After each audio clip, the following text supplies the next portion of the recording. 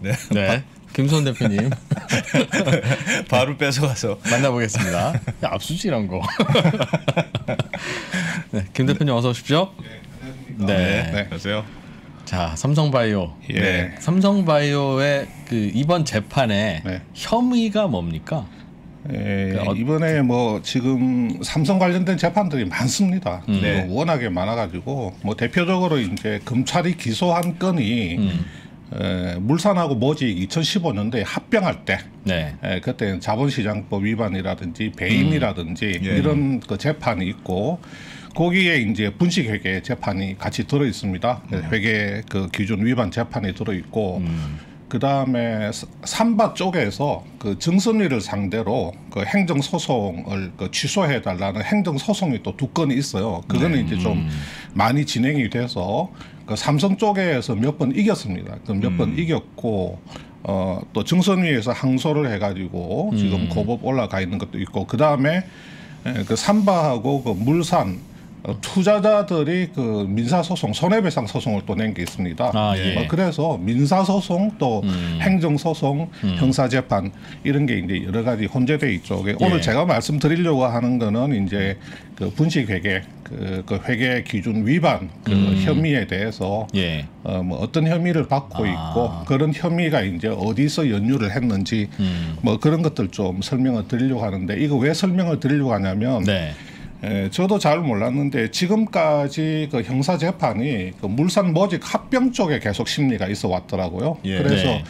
이 회계 기준 위반 쪽으로는 거의 그 심리를 못 하고 있었는데, 아마 이게 사건의 성격 자체가 조금 다르다 보니까 이렇게 심리를 구분해서 이렇게 별도로 진행하려고, 같은 재판부 같아요. 같은 재판부인데 그래서 지금 사건 두 개가 겹친 거니까. 그렇죠. 예. 그러니까 합병 쪽을 이제 좀 먼저 다루고 그 다음에 이제 분식회계 쪽을 하려고 했는데, 분식회계 쪽은 아예 스타트를 안 한 건 아니고, 그 우리 소위 이제 그 재판할 때 그 준비 기일이라고 하는 게 있지 않습니까? 재판을 좀 더 효율적으로 집중적으로 하기 위해서 이제 검찰 쪽하고 변호인단이 만나가지고 뭐 증인을 어떻게 부르고 뭐 증거 조사 방법은 어떻게 하고 이제 자기들끼리 이제 복작복작해서 이제 결정하는 거 있잖아요. 그건 끝난 것 같아요. 그거는 끝났고, 이제 본격적인 본격적인 공판이 이달 25일 날 시작이 되는데, 지금 재판부에서는 그 병합해서 진행할 수도 있다고 합니다. 그 합병 문제하고. 그러니까 합병 문제는 어떤 의심을 받고 있는 건가요? 합병 문제는 그 시세 조정이죠. 자본시장법상의 시세 조정. 물산하고 모직을 합병을 이제 하려고 하는데, 그 모직의 밸류를 조금 높게 하고 물산 밸류를 낮추고 뭐 그런 식으로 이제 합병 비율을 이렇게 정해가지고 이렇게 진행을 했는데, 뭐 그 과정에서 이게 주식 매수 청구가 좀 많이 들어올 가능성이 있으니까 제일모직 뭐 자사주를 뭐 매입을 하겠다 이런 것도 이제 발표를 하고, 뭐 그런 과정에서 이렇게 주식을 매집하는 과정에서 뭐 허수 주문이라든지 뭐 단타 주문이라든지 뭐 그런 것들 있잖아요. 뭐 그래서 이제 뭐 약간 이제 그 시장에 오해를 불러일으킬 수 있는 뭐 고빈도 매매라든지 그런 것을 해서 시세 조정을 했다. 그게 이제 제일 합병 과정에서 저 매수 청구권 들어오면 골치 아프니까 그 매수 주가를 청구, 맞춰줬다 이거죠. 그렇죠. 그걸 하기 위해서 그 모직의 주가를 좀 올리기 위해서 그 모직 주식을 이렇게 자사주를 매집하는 과정에서 그 시세 조정 행위를 했다. 그렇게 이제 검찰이 그게 의심사는 거고. 삼성바이오 분식회계는 같은 시리즈 사건 중에는 하나인데 의심받는 건 분식회계 한 거다. 삼성바이오는 글자 그대로 그냥 회계 처리 그 회계 기준 위반 분식회계죠. 그러니까 2015년도 결산에서 삼바의 분식이 있었고, 삼바의 분식이 있기 전에 굉장히 그 중요한 내용을 공시를 해야 되는데 공시를 하지 않았다. 원래 이제 그 공시, 이제 우리 재무제표를 보면 재무제표 주석이라고 있지 않습니까? 한마디로 재무제표 그 사용 설명서죠. 재무제표에 대한 그 디테일한 사용 설명서인데, 거기에 이제 중요한 투자자 정보가 들어가야 되는데 아주 그 중요한 정보를 고의로 은폐를 했다. 뭐 그래서 그 고의로 그 주석을 은폐한 그 부분, 그 다음에 2015년 결산에서 그 회계 기준 위반을 예를 들어서 뭐 에피스 뭐 가치라든지 아니면 그 조금 말은 어려운데 제가 이제 뒤에서 좀 설명을 드리긴 할 텐데 뭐 지배력. 지배력 부분, 뭐 연결 회계 이런 데 있어서 이제 그 분식 회계를 했다 이런 이야기거든요. 네. 우선 뭐 제가 알겠습니다. 이제 보니까 우리 그 설 명절 전에 보니까 그 삼바가 그 바이오젠이 가지고 있는 그 에피스, 삼성 그 바이오 에피스 지분 50%를 네. 그 매입한다고 공시를 했더라고요. 보니까. 그게 이제 에피스가 그 삼바하고 바이오젠의 합작사거든요. 그래서 원래는 삼바 지분이 압도적으로 많았고 에피스 지분은 굉장히 그 조금밖에 없었는데 그 에피스가 그 콜옵션 권리를 가지고 삼바가 가지고 있는 그 에피스 지분을 콜옵션을 행사를 해가지고 이렇게 뺏어갔어요. 바이오젠이. 바이오젠이 뺏어가면서 거의 50대 50. 정확하게 말하면 삼바는 에피스 지분을 50% 플러스 한 주를 가지고 있고 바이오젠은 50% 마이너스 한 주 이제 이렇게 갖고 있는 형태였는데 서로 물밑에서 협상을 한 것 같아요. 왜냐하면 삼성 쪽 입장에서는 계속 바이오젠이 가지고 있는 에피스 지분을 갖고 싶어 했거든요. 아주 몇 년 전부터 계속 그 바이오젠이 가지고 있는 에피스 그 지분을 좀 이렇게 갖고 오려고 이런저런 노력을 많이 한 것 같습니다. 근데 이번에 뭐 어떤 연유에서인지는 모르겠는데 하여튼 바이오젠이 내놓겠다고 해가지고 바이오젠이 가지고 있는 에피스 지분 50%를 갖고 오게 된 거죠. 그래서 우선은 뭐 이렇게 그림을 한번 좀 보시면 좀 더 쉬우실 겁니다. 복잡해요 이게. 이렇게 이제 삼바하고 이제 바이오젠이 그 에피스 지분 50%씩 가지고 있잖아요. 네. 그럼 이제 바이오젠이 에피스 50% 마이너스 한 주를 이렇게 삼바에게 넘겨주고 2.76조, 2.76조를 받는 이런 구조입니다. 그러니까 지분 50%에 2.76조니까 에피스 지분 100% 가치로 따지면 한 5.5조 정도 되는 거죠. 그러니까 에피스 지분 100% 가치를 5.5조로 평가해가지고 50% 정도 되니까 2.76조다. 이제 이렇게 이제 거래를 하는 건데. 우리가 이제 조금 이제 시계 바늘을 저기 앞쪽으로 이제 쭉 돌려서 2015년도로 한번 가보겠습니다. 2015년도에 무슨 일이 있었냐면 그 당시에 구 삼성물산 지금의 삼성물산 말고 지금 삼성물산은 합병한 회사고 물산하고 모직이 합병한 회사고 옛날에 합병 전에 이 구 삼성물산이 제일모직에 이렇게 흡수가 되죠. 그러면서 이 제일모직은 회사 이름을 그냥 삼성물산으로 바꿔버리잖아요. 흡수는 물산이 모직에 됐는데 이렇게 흡수를 하고 회사 이름을 물산으로 바꾸는데 요때 이제 요 모직이 삼바를 가지고 있었습니다. 지배를 하고 있었고 삼바 밑에 이제 요렇게 에피스가 달려 있었죠. 또 이제 에피스 다른 주주로는 이제 바이오젠이 있는 형태였고 저기처럼 요렇게 이제 그림이 되어 있었는데 요때 이제 합병을 이렇게 할 때 이 두 회사 다 상장사였기 때문에 상장사는 이제 주가로 평가를 하잖아요. 그래서 주가로 평가를 해가지고 모직의 가치를 1로 봤을 때 물산의 가치는 한 3분의 1에 해당한다. 그래서 0.35. 그래서 합병 비율을 1대 0.35로 해가지고 그때 좀 소란스러웠거든요. 그래서 이제 뭐 물산 주주들이 이제 들고 일어나고 그때 뭐 엘리엇이 이제 들어와가지고 뭐 이렇게 하면서 뭐 물산이 이제 소액 주주들 뚜껑 열리고 죽일 놈들아 하고 이제 뭐 난리치고 이제 그랬었잖아요. 그러니까 그때 이제 국민연금이라든지 이런 일부 기관 투자자들이 이 합병에 있어서 주총에서 표를 어떻게 던지느냐에 따라서 이 합병이 성사가 되느냐 나가리가 되느냐 이런 이제 상황에 있다 보니까 비록 그 법에서는 그냥 주가대로 평가를 하라고 돼 있었지만 이 주가대로 평가한 1대 0.35가 이게 굉장히 적절한 합병 비율이다 하는 거를 국민연금이라든지 기관 투자자들을 설득시키기 위해서 이 제일모직하고 물산이 딜로이트 안진하고 삼성 KPMG한테 그 평가를 받습니다. 주가대로 하니까 1대 0.35인데 네. 이 두 회사의 어떤 본질적인 가치를 한번 뽑아봐라. 그러면 우리가 1대 0.35로 하는 게 이게 합리적인 합병 비율이 되겠느냐. 만약에 두 회계법인에서 1대 0.35 같으면 우리가 해보니까 뭐 두 회사의 그 본질적인 가치에도 부합하는 비율입니다. 그러면 그거 가지고 국민연금에 이제 들이댈 수가 있잖아요. KPMG하고 그 딜로이트도 이렇게 평가를 합니다. 그래서 이제 그때 이 모직의 가치를 평가하려고 하다 보니까 삼바 가치를 평가해야죠. 이렇게 밑에 달려 있으니까. 삼바 가치를 평가를 하려고 하다 보니까 또 밑에 에피스 가치도 평가를 해야죠. 요거를 이제 에피스 삼바를 다 평가를 해야지 이제 모직의 가치 평가가 나오는 거란 말이에요. 그러니까 이제 이 2015년 중에 두 회사를 합병을 하고 또 2015년도 말에 가서는 이 삼바가 자기들 자체적으로 결산도 해야 됩니다. 그러니까 이 두 회사의 합병 또 그리고 삼바 자체의 결산 과정에서 여러 번에 걸쳐서 에피스 지분 평가를 해요. 그때 나온 가격이 에피스 지분 100%가 5.3조였단 말이에요. 그러니까 우리가 딱 보니까 2015년도에 에피스 지분 평가를 했는데 5.3조였어. 지분 100% 가치가. 근데 6년이 지난 2022년도 1월 달에 평가한 에피스 지분 100% 가치는 5.5조네? 그러면 뭐 한 2천억 정도 올랐단 말이에요. 6년 동안 그러네요. 이 바이오시밀러 한다는 에피스 지분 가치가 2천억밖에 안 올랐어? 야 이건 좀 이상한데 뭐 이렇게 생각할 수 있잖아요.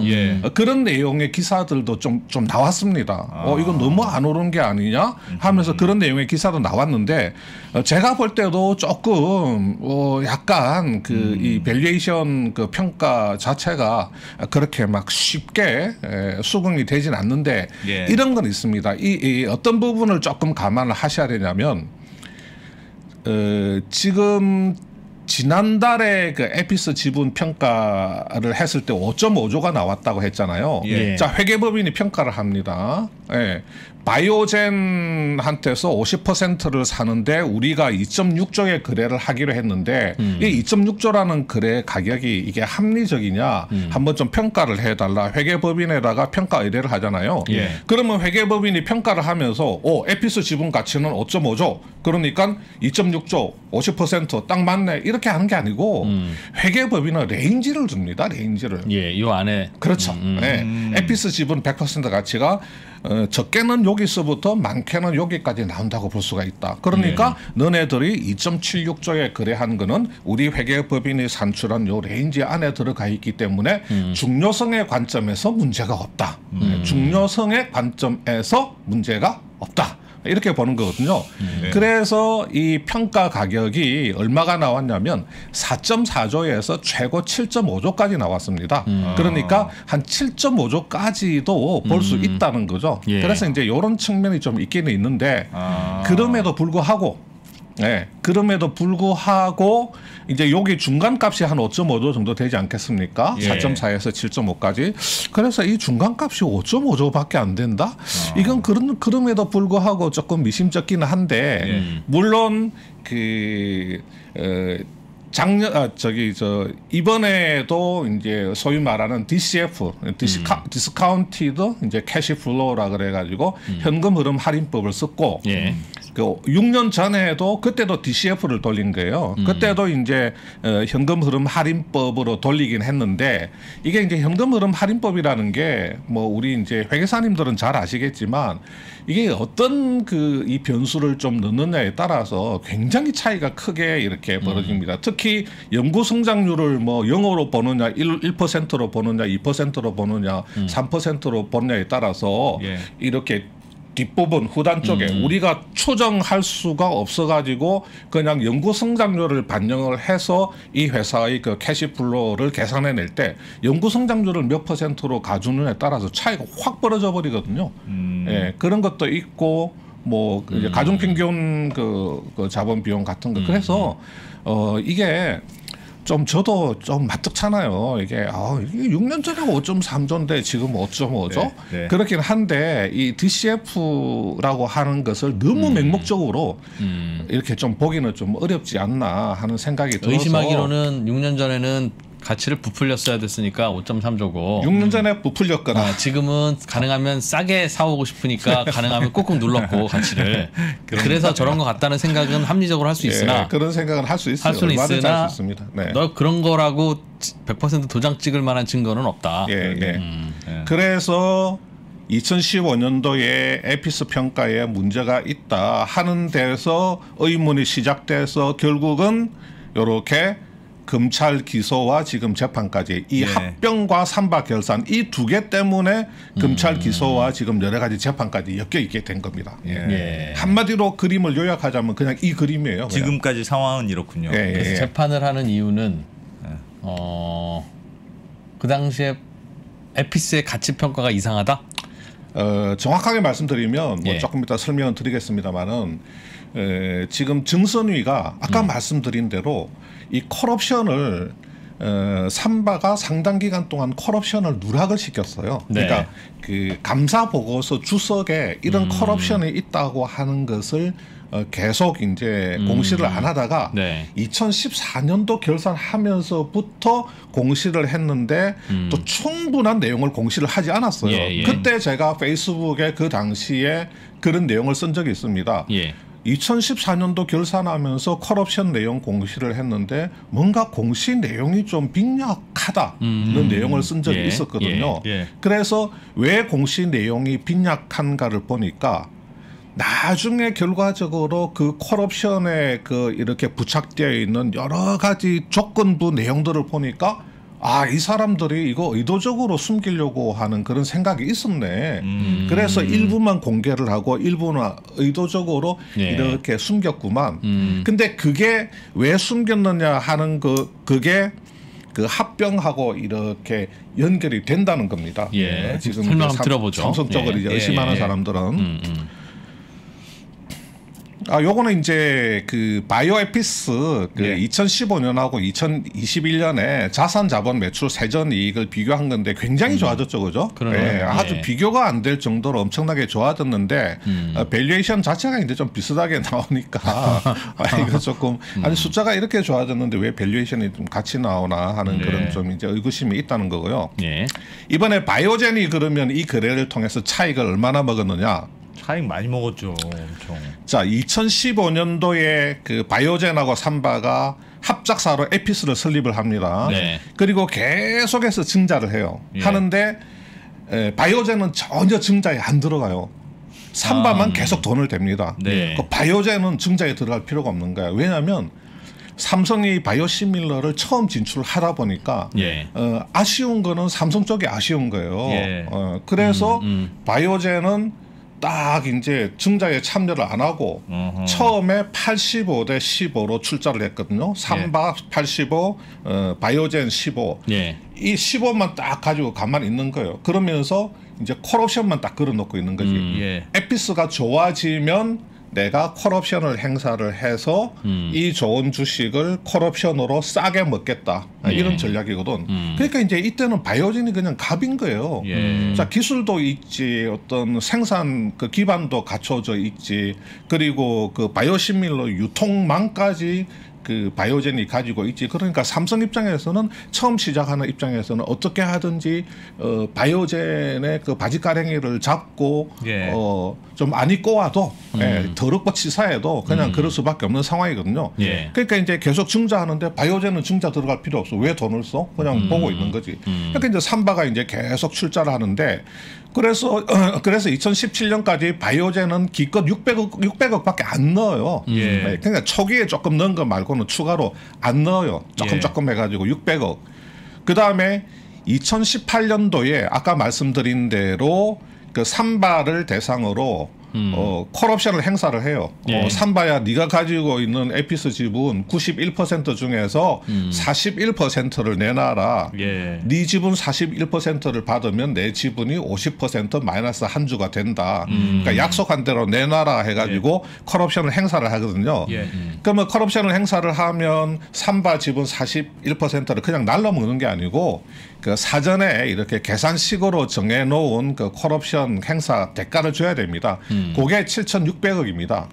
그러니까 바이오젠 입장에서는 600억 더하기 이렇게 7,600억을 투입을 한 거고 네. 그래서 총 8,200억이 들어갔는데 이번에 삼성한테 지분을 주면서 2.76조를 받았으니까 요 차액이 1.95 2조 한 2조 정도. 예, 그러니까 뭐 2012년 합작 시점부터 계산을 하면 한 10년 만에 한 네. 2조 한 거고 10년에 한 3배. 그냥 2018년도에 컬옵션 행사 시점 기준으로 보면 한 3년 만에 한 2조 했다. 예, 그렇게 좀 뭐 볼 수가 있겠습니다. 그러니까 잘 먹은 거죠. 아주 그 배 터지겠습니다. 그래서 한 2조 정도 그렇게 차익을 봤다. 아주 바이오젠이 굉장히 장사를 잘한 거예요. 삼성의 어떤 궁박한 처지를 이용해서 컬옵션도 잘 걸었고 유상증자에도 참여 안 하고 굉장히 유리한 조건으로 이렇게 재다가 결정적일 때 컬옵션 행사해가지고 이렇게 크게 차익을 먹은 거죠. 자, 지금 아까 말씀드린 대로 2018년도에 그 증선위가 삼바를 검찰에 고발을 하고 감사인 지정, 대표이사 및 담당 임원 해임, 과징금 이렇게 부과를 하니까 삼바가 수용할 수 없다, 억울하다, 분식회계 하지 않았고 뭐 우리가 잘못한 거 없다 그러면서 이 증선위 행정소송, 취소 행정소송을 걸고 그 와중에 투자자들은 또 삼바하고 물산 상대로 민사소송 걸고 검찰이 압수수색 들어가고 하면서 지금 형사재판까지 이렇게 재판이 와 있는 거고요. 자, 증선위에서 왜 삼바를 검찰 고발까지 했냐면 우선은 자, 삼바가 바이오젠하고 합작사를 만들 때 2012년이죠. 요 2012년에 그 컬옵션 약정을 했습니다. 그런데 이 컬옵션 약정을 감사보고서 재무제표 주석에 기재를 안 했어요. 그러니까 처음에는 85대 15, 85대 15니까 이 삼바가 에피스에 대해서 우리가 지배력을 보유하고 있다. 그럼 지분이 85%니까 우리가 지배력을 보유하고 있다. 에피스에 대해서 우리가 지배력을 보유하고 있기 때문에 우리 삼바하고 에피스는 연결 재무제표를 만들어야 되는 거죠. 자, 이렇게 이제 출발을 해서 바이오젠은 유상증자에 쏙 빠지니까 삼바 지분은 91%까지 올라가고 바이오젠은 이제 바이오젠은 지분 9%까지 떨어졌단 말이에요. 그런데 2014년에 이때 삼바가 감사 보고서에 이제 주석을 하나 떡 공시를 하는 거야. 이때 공시를 하는데 이게 뭐냐면 바이오젠이 에피스 지분을 50% 마이너스 한 주까지 가질 수 있음. 이렇게 이제 공시를 하는 거야. 2014년 말 결산 감사 보고서에 비로소 이 이야기를 하는 거야. 컬옵션이 있다고. 그래서 야 그러면 바이오젠이 50%까지 어떻게 지분을 끌어올리는가 보니까 바이오젠이 우리 삼바에 대해서 컬옵션을 보유를 하고 있어. 그러면 바이오젠이 컬옵션을 행사를 하면 삼바는 자기가 가지고 있는 91% 중에서 41%를 줘야 돼. 그죠? 그래야지 바이오 지분이 50%가 돼. 그리고 삼바 입장에서는 바이오젠한테서 컬옵션 그 대가로 일정한 금액을 이렇게 받으면 되는 거예요. 근데 이제 요 컬옵션 대가로 받는 금액도 산정식이 있습니다. 그 복잡하지는 않는데 여기서 또 그거 말씀드리면 또 이렇게 머리만 복잡하니까. 그거는 사전에 금액이 정해진 건 아니고. 금액이 정해진 건 아니고. 결정하는 방법은 정해져 있었다. 결정하는 방법이 정해져 있습니다. 그게 기업 가치와 똑같지는 않은. 기업 가치하고는 뭐 별 관계는 없어요. 크게 상관이 없어요. 그게 그 삼바가 막 투자를 하잖아요. 그러니까 바이오젠은 뒷짐지고 있잖아. 그러면 투자 금액의 차이가 벌어지잖아요. 그러면 요 콜옵션을 행사하는 그 시점까지 삼바가 누적 투자한 금액이 있고 바이오젠이 누적 투자한 금액이 있잖아요. 요 누적 투자한 금액의 차이, 요 차이에 50%를 기준으로 해서 일정한 뭐 이자율 를 계산한다든지 그런 이렇게 공식이 있어요. 있어요. 조금 보면 약간 복잡해 보이기도 똑같이 하고. 50%가 되도록 따로 바이오젠도 증자에 참여했으면 투입됐을 그 돈, 그 돈을 늦게 내니까 이자까지 좀 쳐서 내. 그렇죠. 말하자면 이제 그런 셈이죠. 그렇게 이제 계산을 하는 셈이죠. 그렇게 해서 이제 2014년도에 이제 이렇게 뻥 하고 이제 그때 컬옵션의 존재를 세상에 처음 알리는 거예요. 그런데 이때도 그 내용을 충분히 알리지 않았어. 알리지 않아가지고 이때도 내용을 충분히 알리지 않아가지고 이 콜옵션과 관련해서 나중에 추가로 알려진 게 있어요. 예. 뭐가 또 있었냐면 바이오젠이 콜옵션을 행사를 하면 에피스 이사회를 삼바 측 인사하고 바이오젠 측 인사가 동수로 구성한다. 그다음에 주총 의결 요건을 52%로 한다. 그러니까 우리가 생각할 때는 뭐 바이오젠이 뭐 콜옵션 행사해도 여기가 50% 플러스 한 주, 여기가 50% 마이너스 한 주니까 어차피 뭐 삼바가 그냥 주총 의결권, 그 보통 의결권은 그냥 삼바 주도로 하겠네. 네. 라고 생각을 일반적으로 하고 있었는데 나중에 알고 보니까 주주총회 의결 요건을 콜옵션을 행사를 하면 주주총회 의결 요건은 52%야. 그 삼바가 가진 거는 50% 플러스 한 주밖에 없단 말이에요. 마음대로 못 하게 다시 만들었네요. 말해서 바이오젠이 이렇게 손을 이렇게 찬성하고 손을 들어주지 않으면 이 주총에서 의결을 마음대로 할 수가 없는 거야. 이사회 저기도 이제 동수가 정말 하니까 반반 동업이네요. 네. 그러니까 이렇게 되면 어떻게 되냐면 삼바가 에피스에 대해서 지배력을 보유하고 있다 이렇게 말을 할 수가 없겠죠. 이렇게 돼버리면 그러니까 지배력을 상실을 하니까 이것은 공동 지배 형태로 간다 이렇게 이야기를 할 수밖에 없는 거예요. 이 조건이 나중에 알려진 거예요. 2014년에 우리가 저기 콜옵션 조건이 있어 하고 공시를 하던 그 시점에도 이것은 공개가 안 된 거예요. 그럼 저게 공개된 시점과 그 이재용님의 퇴사인 에버랜드 제일모직 이거하고 삼성물산이 그거 합병할 때도 공개 안 됐었던 이게 거예요? 공개가 안 됐죠. 요거는 이제 거의 2016년 가가지고 삼바가 IPO를 진행을 하는 단계에서 2016년도 결산을 하고 나서 그때 이게 이제 구체적으로 이게 알려진 거고 합병은 2015년 5월 달부터 공시가 돼가지고 7월 달에 주총이 열리고 9월 달에 합병 등기를 하면서 마무리가 됐으니까 그때까지 이게 없었던 거예요. 그러니까 뭐냐면 왜 이 사람들이 이것을 세상에 알리지 않았을까? 이제 이 삼성을 의심하는 시각에서 보는 사람들 입장에서는 제일모직이 바이오에 대해서 지배력을 가지고 있다. 그러면 제일모직의 밸류를 좀 높게 봐줄 수 있는데 알고 보니까 바이오젠이 콜옵션을 행사를 하면 이사회 동수로 구성하게 되고 주총 의결 요건도 52%면 그러면 지배력이 없는 거네. 뭔가 바이오젠이 계속 뒷다리를 잡으면 마음대로 못하는 거네.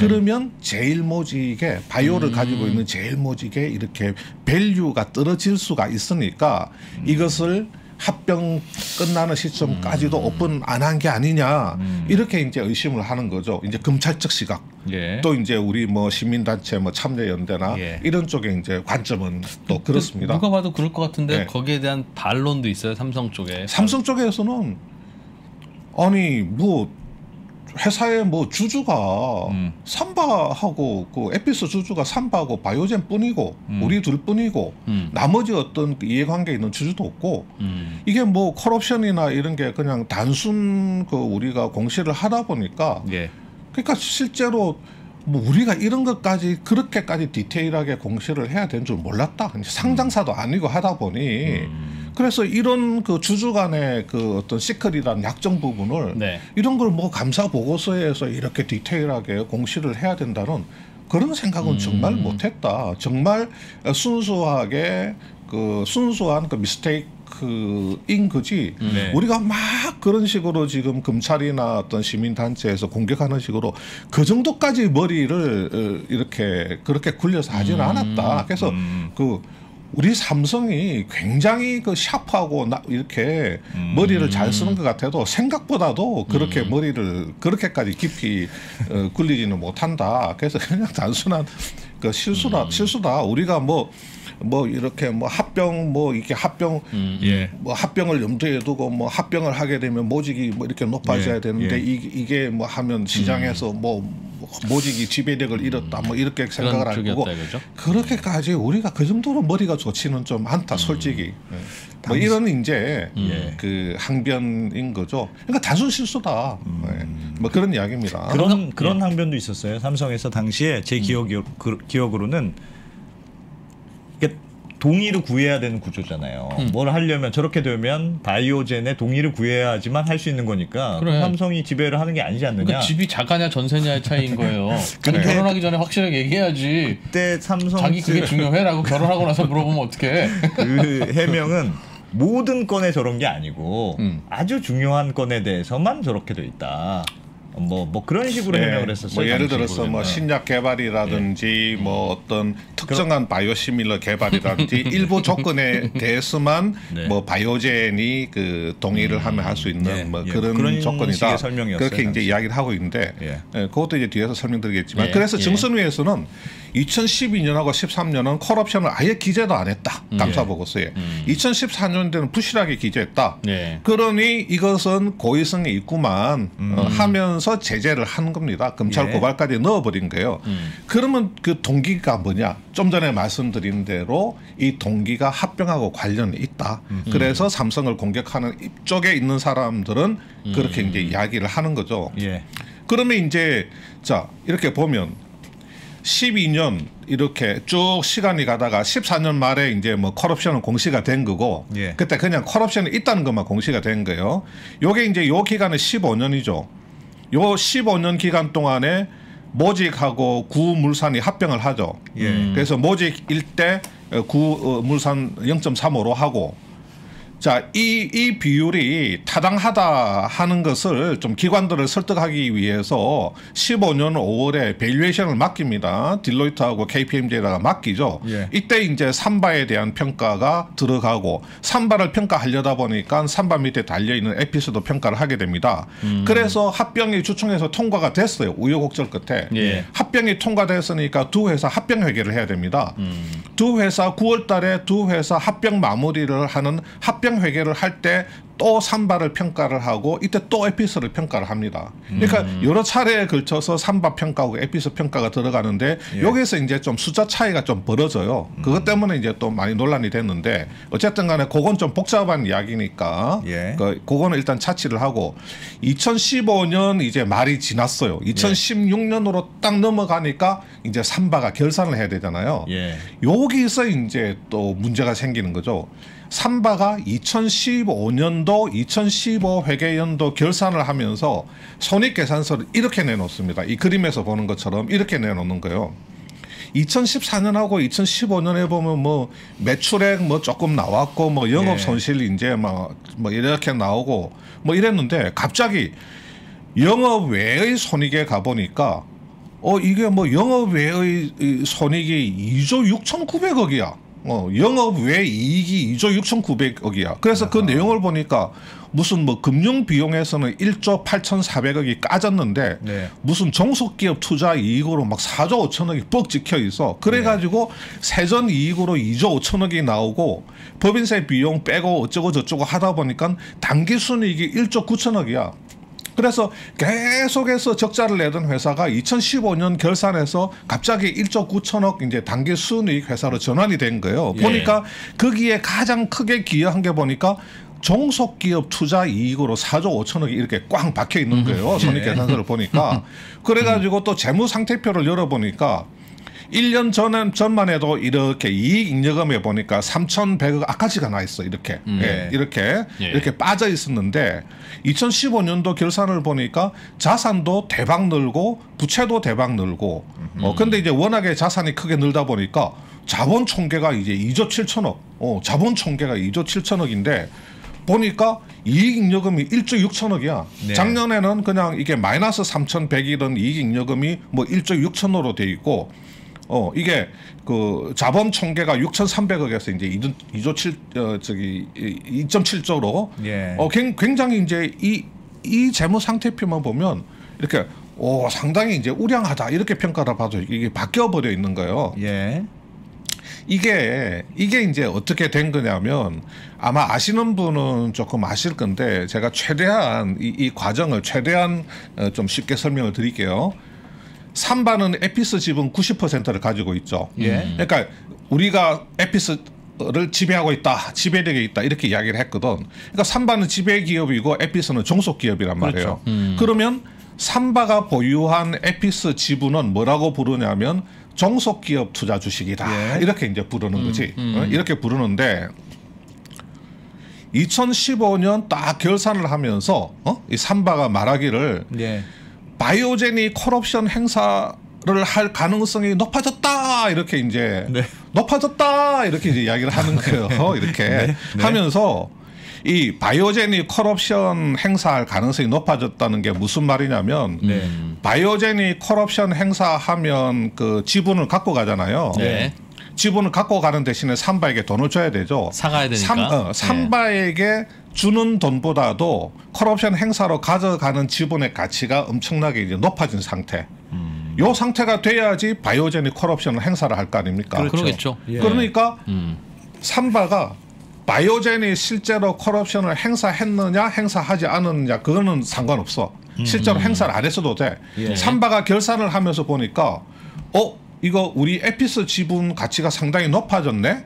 그런데 에피스 지분 가치는 엄청나게 높아졌는데 이 바이오젠이 그 지불해야 되는 콜옵션 행사 대금은 요거밖에 안 되네. 이거 차이가 굉장히 크네. 바이오젠이 지금 콜옵션을 행사하면 엄청나게 이득이 되겠네. 그러면 바이오젠이 실제로 콜옵션을 행사를 했느냐 여부와 상관없이 행사 가능성이 높아졌다는 그 이유만으로 바이오젠이 콜옵션 행사 가능성이 높아졌어요 하면서 이 콜옵션을 반영하는 회계 처리를 해줘야 돼요. 바이오젠이 실제로 콜옵션 행사를 하지 않았어도 그래서 삼바 입장에서는 어이쿠 이런 죄송합니다. 국어책 읽는 것 같아서 어이쿠 이런 우린 이제 에피스에 대한 지배력을 상실했다. 이 콜옵션을 이제 부채로 반영을 해야 되겠군. 이제 우리가 가진 이 에피스 지분 91%는 종속기업 투자 주식이 아니야. 우리가 지배력을 상실했으니까 이제는 공동기업 투자 주식 또는 이제 뭐 관계기업 투자 주식이라고 할 수도 있는데 이제는 공동기업 투자 주식으로 다시 분류를 해야 돼. 삼바 입장에서는 이렇게 되는 거죠. 그렇게 해서 이제 어떻게 하냐면 종속기업 투자 주식을 팔고 공동기업 투자 주식을 새로 취득하는 것처럼 회계 처리를 해야 돼요. 이렇게 되면 나는 그냥 지분을 그대로 갖고 있는데 지분은 그대로 있지만 지배력 상실을 이유로 내가 가진 지분이 종속기업 투자 주식에서 공동기업 투자 주식으로 바뀌거든. 이거를 갖다가 마치 이 종속기업 투자 주식을 팔고 새로 공동기업 투자 주식이라고 하는 것을 취득하는 것처럼 회계 처리는 이렇게 해야 된단 말이에요. 그러니까 자 이제 이 삼바 장부에서는 종속기업 주식은 이렇게 지워야 돼. 처분을 해야 돼.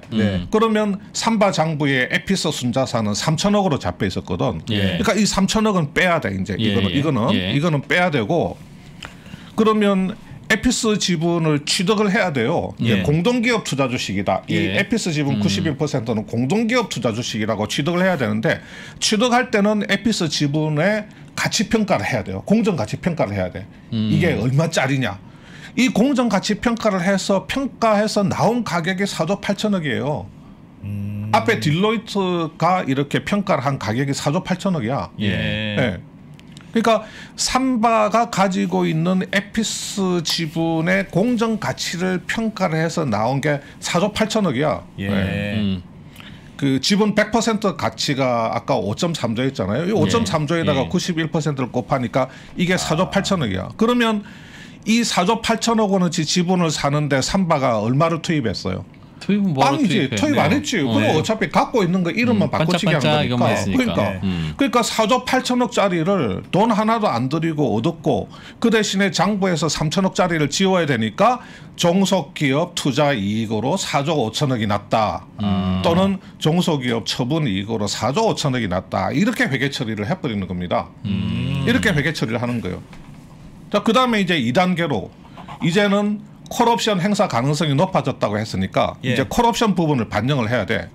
그러면 삼바가 가지고 있는 91% 에피스 지분 중에서 41%는 바이오젠한테 줘야 되니까 그러면 콜옵션 부채는 얼마냐.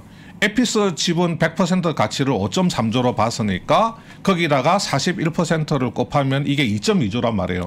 그러면 콜옵션 부채는 2.2조야. 그런데 그러면 삼바는 아무것도 없느냐? 아니거든. 바이오젠한테 에피스 지분 41%를 주고 4천억 원 받는단 말이에요. 캐시로. 받으니까 이거는 서로 간 약정으로 계산식이 다 세워져 있어. 그러니까 자 종속기업 처분하는 것처럼 해서 4.5조의 평가이익 내고 그 다음에 콜옵션 부채다 이래가지고 2.2조는 빠지고 그 대신에 그러나 또 바이오젠한테서 0.4조를 받으니까 플러스 마이너스 하면 그래도 2.7조가 남는단 말이에요. 이 2.7조에 뭐 일부 비용 반영하고 법인세 비용 반영하고 어쩌고 저쩌고 복잡 하니까 최종적으로 당기순이익이 1.9조가 남은 거야. 이렇게 회계 처리를 하는 거예요. 알겠습니다. 그러니까 이게 이제 이게 솔직히 말씀드리면 내가 그때 이 회계 처리를 보면서 우리 같이 이렇게 뭐 좀 이런 말씀 드리면 죄송한데 그냥 좀 회계를 집단에 좀 공부를 했다 하는 사람들은 그럼 그렇지 이렇게 잘했네 뭐 이러면서 이제 하는 거고 회계를 잘 모르는 사람들이 봤을 때는 이거 황당한 해도 이렇게 황당한 게 없지. 그냥 있는 주식인데 뭐 지배력을 잃었어요 하면서 갑자기 막 4.5조 원에 굴러 들어오고 막 지지고 뽀고 하니까 회계를 잘 모르는 사람들 입장에서 그러니까 일반적인 상식을 가진 사람 입장에서 봤을 때는 이 회계는 용납이 안 되는 거죠. 그래서 그때 막 문제 제기가 나오고 했던 겁니다. 했는데 증선위에서는 뭐라고 보느냐. 2012년도에 합작사 설립할 때 처음부터 삼바가 지배력이 없었다. 왜? 합작 계약서에 보니까 바이오젠이 무슨 동의권들이 많더라. 삼바가 뭘 하려고 하면 뭐 바이오젠이 동의를 해주지 않으면 중요한 건 할 수 없더라. 이게 무슨 지배력을 가진 거냐? 이거 공동 지배다. 애초에 너네들은 합작 출범할 때부터 삼바는 지배력이 없었다. 고로 2015년도에 삼바가 동네 사람들아 우리는 지배력을 상실했어요 하는 게 말이 안 된다. 뭐 없는 없었다. 지배력을 뭘 상실을 해. 상실할 지배력이 없었다. 애초에 지배력이 없었으니까 고로 지배력 상실을 이유로 해서 4.5조 평가 이익을 반영할 이유가 너네들은 없었다. 그러니까 이건 잘못된 회계 처리야. 이렇게 이야기를 하는 겁니다. 질문이 하나 있는데요. 이게 여기서 사실은 공시 누락은 이미 이제 문제가 있다는 식으로 증선위에서도 했는데 너희 처음부터 잘 알렸어야지 왜 잘 알리지 않고 처음부터 공시를 누락하고 나중에 짠하고 등장하느냐. 그거는 되게 명백한 것 같은데 말씀하신 대로 처음부터 지배력이 없었어요. 그러면 2015년 말에 회계를 바꿨는데 우리가 지배력을 상실했다고 했으면 물론 처음에 누락한 건 잘못이지만 그래도 제대로 바꾼 거 아니에요? 그러면? 삼성이 그래서 싸우고 있는 겁니다. 2012년도에 우리가 지배력이 없다고 볼 이유가 없다.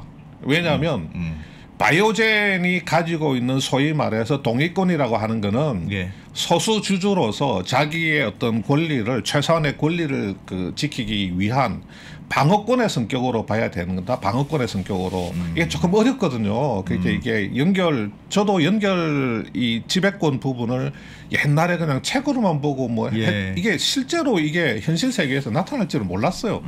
책으로 보고 참 회계라는 게 정말 웃기는구만. 뭐 이런 식으로 그냥 사실은 웃으면서 뭐 이런 게 뭐 세상에 나타나나. 실제로 이게 나타난 게 삼바 사례예요. 그러니까 이 동의권이 아니고 이게 방어권의 성격이고 지분 85%를 가지고 있었고 이사회 구성에서 압도적으로 우리 쪽 사람들이 많았고 실제로 우리가 주도적으로 의사 결정을 했는데 그때 무슨 지배력이 없었다 그러면서 뭐 합작 약정을 덜 먹이고 하는 거는 우리는 수용할 수 없다. 그러니까 그때 분명히 우리가 지배력이 있었다. 그다음에 2015년도 말에 지배력을 상실했다고 하는 거는 에피스가 뭐 여기저기 이제 신약 바이오시밀러 개발해서 뭐 승인 신청하고 해서 사업이 굉장히 잘 될 수 있는 분위기가 조성되니까 2015년에 그러니까 우리가 에피스를 평가를 해서 5.3조 지분 100% 가치로 5.3조로 지분 100% 가치가 5.3조야? 그러면 우리가 가진 지분 91% 가치는 4.8조네? 그러면 이러면 바이오젠 이놈들이 콜옵션을 행사할 가능성이 높아졌다고 판정해도 되겠네? 우리는 뭐 그렇게 해서 처리를 한 건데 그러니까 2012년도에 삼바가 지배력이 있었나 없었느냐 그 부분에 대해서 삼성이 수긍을 안 하는 겁니다. 있었다. 거기 싸우고 있는 거예요 지금. 중간에 이렇게 바꾸면 안 되는 거예요? 원래 바꾸면 안 되는 거죠? 그러니까 예를 들면 회계 원칙이 처음에 종속 기업으로 돼 있었는데 중간에 중간에 지배력을 지분을 팔았어. 지분을 팔면 내가 55%를 가지고 있다가 한 30%를 팔았어. 그래서 지분이 이제 뭐 25%밖에 없어. 그러면 그 종속 기업이 아니고 관계 기업, 이제 지분법 해야 되는 관계 기업으로 바뀌는 거죠. 뭐 지분을 판다든지 아니면 누군가가 투자가 들어왔는데 그 사람하고 약정을 해가지고 약정 내용상 내가 단독으로 마음대로 못하게끔 아까처럼 52% 예를 들어서 누가 투자를 이렇게 새로 투자를 들어오면서 내가 마음대로 못하게끔 하는 어떤 약정을 맺잖아요. 그러면 지배력을 상실하는 거죠. 그거는 종속기업에서 관계기업으로 바뀔 수 있고 마찬가지로 지분 20%니까 관계기업으로 잡고 있다가 내가 지분을 40%를 더 샀어. 지분 60%가 돼. 그러면 나하고 얘하고 지배 종속관계가 성립이 되죠. 그러면 얘는 이제 관계기업이 아니고 종속기업으로 신분이 바뀌는 거지. 그러면 거기에 맞서서 또 회계 처리를 해줘야 되는 거고. 2015년 말에 저렇게 회계 처리를 바꾸고 다시 가치평가를 하는 바람에 어떻게 해서 1.9조 원의 순이익이 생긴 저 사건. 그렇죠. 예. 저 결과가 이재용 회장한테 유리하게 작용한 정황이 있어요? 삼바가 저렇게 이제 회계 처리를 하면서 에피스 지분을 5.3조로 이렇게 받잖아요. 그 당시에 2015년도에 물산하고 모직 합병할 때 물산을 저평가를 시켰다, 뭐 모직을 고평가를 시켰다 이렇게 그 말이 많았잖아요. 말이 많은 와중에 어떻게 해가지고 넘어갔죠. 그게 여름이었어 그게. 그래서 삼성 직원들이 수박사 들고 다녔거든요. 이게 넘어갔거든. 겨울이 아니었어 그래서. 근데 이 검찰이 보는 입장이 뭐냐면 2015년 말에 이 삼바의 그 자본 총계가 한 6, 7천억 정도 그거밖에 안 되는 상황인데 자 지금 콜옵션 행사 가능성이 높아졌다고 해서 이제 콜옵션 부채를 1.8조짜리를 집어넣어 버리면 자본 총계가 마이너스로 가게 되는 거예요. 그러면 삼바 IPO를 해야 되잖아요. 삼바 IPO를 해야 되는데 물론 그 당시에 삼바는 자본 총계가 까져도 이렇게 어떤 시총이나 다른 방법으로 그 상장을 할 수 있는 길은 있었던 것 같아요. 왜 IPO를 그때 꼭 했어야 돼요? 그때 에피스 IPO를 추진을 했는데 나스닥에 하겠다고 하다가 그게 잘 안 됐어요. 그래서 조금 의심스럽게 보는 사람은 에피스가 처음부터 나스닥에 상장할 의도가 없었다고까지 의심하는 사람도 있는데 어쨌든 간에 에피스 나스닥 상장이 나가리 되면서 야 그러면 삼바라도 빨리 시장에 올리자. 그러던 차에 이제 거래소에서 야 그래도 한국 시장에 들어와야지 무슨 나스닥이 웬 말이냐 이래가지고 그때 이제 좀 완화시켜줘요. 이렇게 삼바가 좀 입성을 할 수 있게끔 그 상장 조건을 조금 완화시켜 가지고 뭐 소위 말해서 맞춤형 상장이죠. 뭐 이렇게 그렇게 해가지고 올라가게 되거든요. 그러니까 이제 삼성 쪽 입장에서는 우리는 그거 그렇게 안 해도 상장을 할 수 있었다는 입장이고 검찰이나 이쪽은 상장이 단순히 뭐 재무제표만 가지고 상장하는 게 아니고 여러 개를 보는데 너네가 뭐 시총 요건을 맞췄다고 하더라도 회사가 지금 콜옵션 부채 반영해가지고 자본 총계가 엄청나게 마이너스가 나 있으면 그거 거래소에서 그거를 갖다가 그냥 쉽게 상장을 할 수 있었겠느냐. 그러니까 상장도 스무스하게 하고 그 다음에 뭐 삼성의 이렇게 바이오 밸류도 높다는 거를 좀 대외적으로 보여주고 사후적으로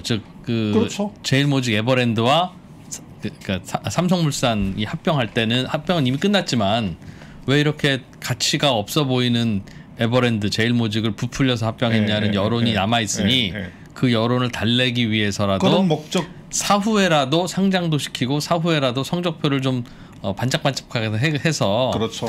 이거 우리가 합병할 때 우리 가치를 부풀린 거 아니에요. 라는 걸 사후에라도 어필하고 싶었던 그렇죠. 상황이었다고 볼 수 있겠군요. 검찰 쪽이나 시각에서 보면 검찰 쪽이나 그렇죠. 예. 이 합병이나 이 삼바의 결산을 의심스럽게 보는 사람들은 예. 그런 관점에서 보는 거고 삼성은 계속 이제 에피스 가치의 본질적인 가치가 그 당시에 바이오시밀러 사업이 승인 해외 승인이라든지 뭐 국내 승인도 나고 그런 부분들 네. 그런 부분들을 객관적으로 반영을 알겠습니다. 한 것일 뿐이다. 이제 이렇게 서로 맞서 있는 겁니다.